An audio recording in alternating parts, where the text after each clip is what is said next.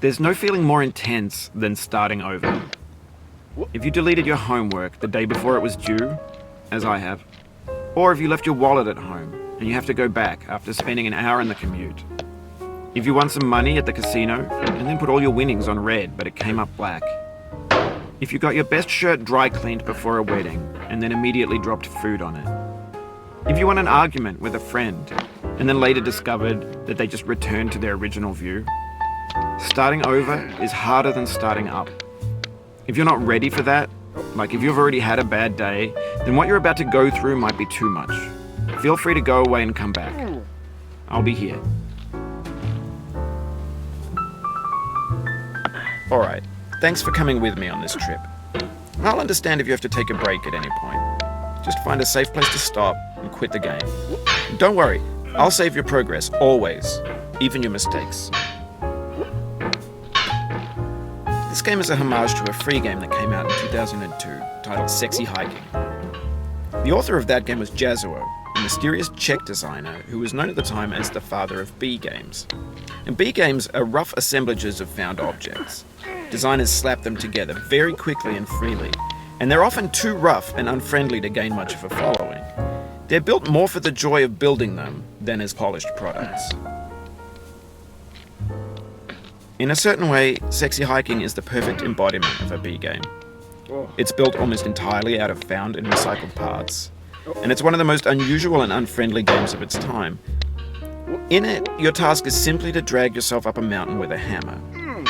And that act of climbing, in the digital world or in real life, has certain essential properties that give the game its flavor. No amount of forward progress is guaranteed. Some cliffs are too sheer or too slippery. And the player is constantly, unremittingly in danger of falling and losing everything. Anyway, when you start Sexy Hiking, you're standing next to this dead tree that blocks the way to the entire rest of the game. It might take you an hour to get over that tree, and a lot of people never got past it. You prod and you poke at it, exploring the limits of your reach and your strength, trying to find a way up and over. And there's a sense of truth in that lack of compromise. Most obstacles in video game worlds are fake. You can be completely confident in your ability to get through them once you have the correct method or the correct equipment or just by spending enough time. In that sense, every pixelated obstacle in Sexy Hiking is real. The obstacles in Sexy Hiking are unyielding, and that makes the game uniquely frustrating. But I'm not sure Jazuo intended to make a frustrating game. The frustration is just essential to the act of climbing, and it's authentic to the process of building a game about climbing. A funny thing happened to me as I was building this mountain. I'd have an idea for a new obstacle, and I'd build it, test it, and it would usually turn out to be unreasonably hard. But I couldn't bring myself to make it easier. It already felt like my inability to get past the new obstacle was my fault as a player rather than as a builder. Imaginary mountains build themselves from our efforts to climb them, and it's our repeated attempts to reach the summit that turns those mountains into something real. When you're building a video game world, you're building with ideas, and that can be like working with quickset cement. You mold your ideas into a certain shape that can be played with, and in the process of playing with them, they begin to harden and set until they're immutable, like rock. And at that point, you can't change the world, not without breaking it into pieces and starting fresh with new ideas. For years now, people have been predicting that games would soon be made out of prefabricated objects, bought in a store and assembled into a world. And for the most part, that hasn't happened, because the objects in the stores are trash. I don't mean they look bad or that they're badly made, although a lot of them are. I mean they're trash in the way that food becomes trash as soon as you put it in the sink.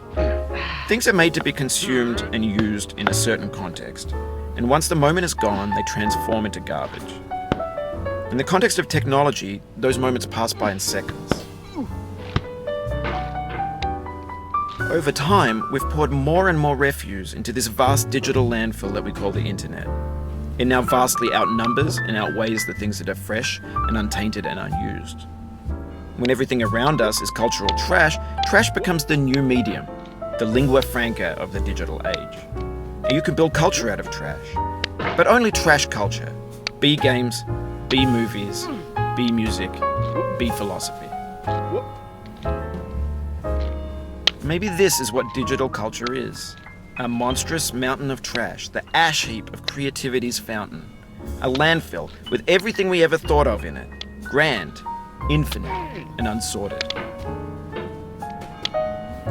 There's 3D models of breakfast, Gen X's fanfic novels, Scan magazines, green screen Shia LaBeouf, banned snuff scenes on LiveLeak. Facebook's got lifelike bots with unbranded adverts and candid shots of Kanye and Taylor Swift mashups, car crash epic failed GIFs, Russian dashcam vids, discussions of McRibs, discarded, forgotten, unrecycled, muddled, rotten, untitled.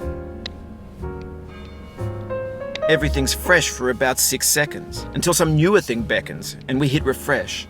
And there's years of persevering, disappearing into the pile, out of style, out of sight. In this context, it's tempting to make friendly content that's gentle, that lets you churn through it but not earn it. Why make something demanding if it just gets piled up in the landfill, filed in with the bland things? When games were new, they wanted a lot from you. Daunting you, taunting you, resetting and delaying you. Players played stoically. Now everyone's turned off by that. They want to burn through it quickly, a quick fix for the fickle, some tricks for the clicks of the feckless. But that's not you, you're an acrobat. You could swallow a baseball bat. Now I know, most likely you're watching this on YouTube or Twitch, while some dude with 10 million views does it for you, like a baby bird being fed chewed up food. That's culture too. But on the off chance that you're playing this, what I'm saying is, trash is disposable, but maybe it doesn't have to be approachable.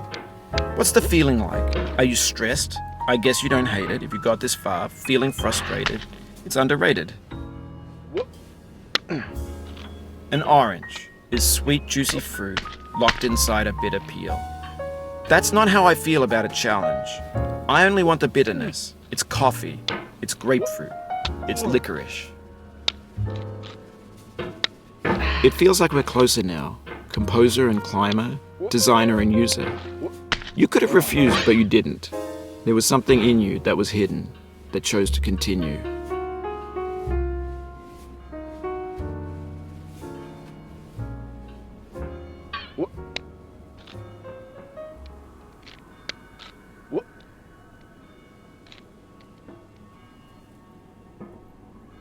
It means a lot to me that you've come this far, endured this much.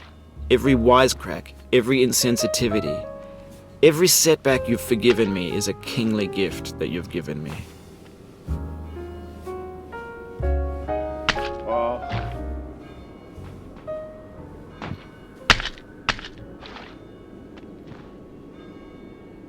We have the same taste, you and I.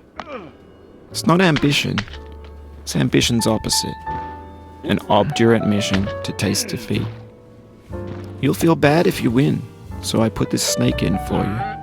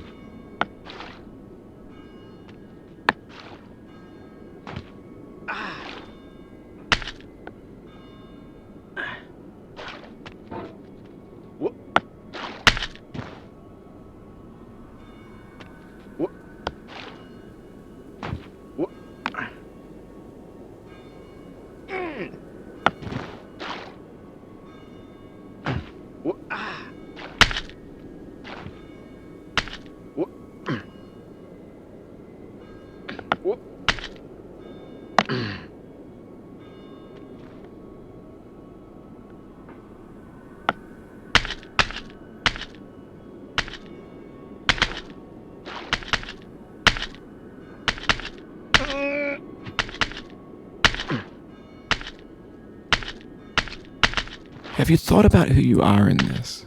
Are you the man in the pot, Diogenes? Are you his hand? Are you the top of his hammer? I think not. Where your hand moves, the hammer may not follow, nor the man, nor the man's hand. In this you're his will, his intent, the embodied resolve in his uphill ascent.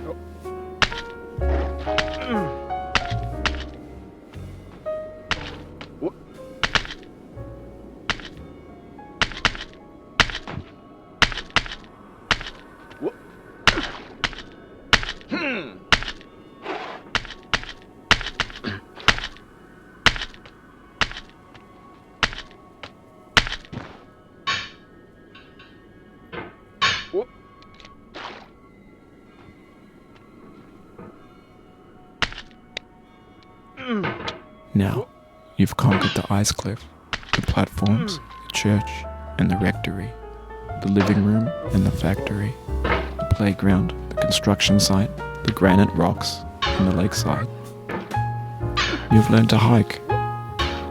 There's no way left to go but up, and in a moment I'll shut up. But let me say, I'm glad you came.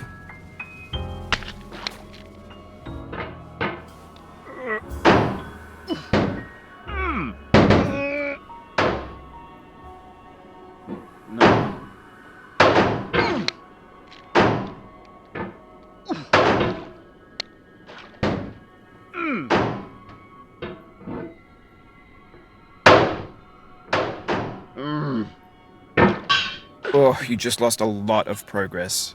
That's a deep frustration, a real punch in the gut.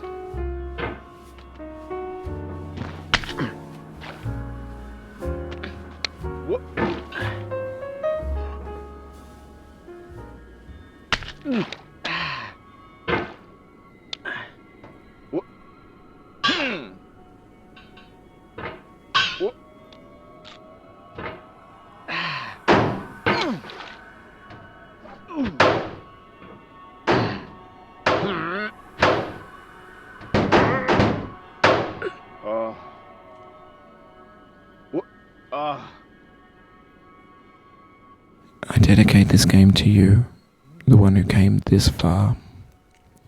I give it to you with all my love.